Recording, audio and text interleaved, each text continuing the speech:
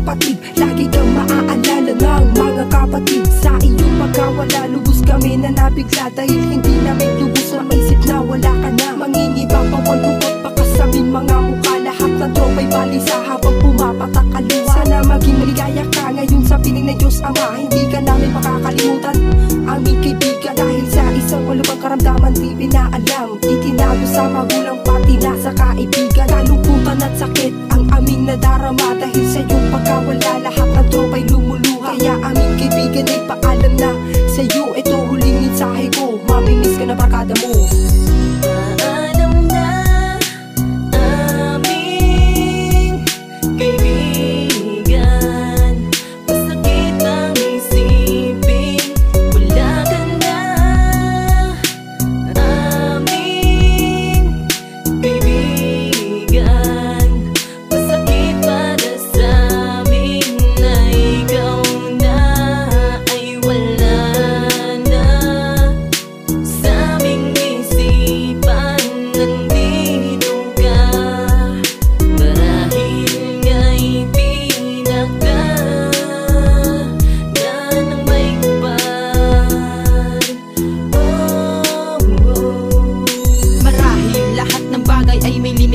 Gaya ng pagkakaibigan na iniwan mo ngayon, nangingibabaw ang lungkot, napakahirap matanggap. Pumapatak ang mga luha habang nasa iyong harap. Napakaraming nabigla sa iyong pagkawala, di namin inaasahan na kukunin ka bigla. Ang katulad mo na isang magandang halimbawa sa barkada mo, lalo na sa iyong mga magulang na umagapay sa iyo hanggang sa iyong paglaki. Kung kaya't sila'y nanghihinayang nang ikay nadali ng malubhang karamdaman na di inaasahan, na yun na pala ang maghahatid sa iyong hantungan, na naging dahilan ng maraming bigate na kung bakit ba kasi sa amin ikay nagtimpi. Minabuti mong itago hanggang sa iyong paglayo, kaibigan ang alaala mo'y di na maglala.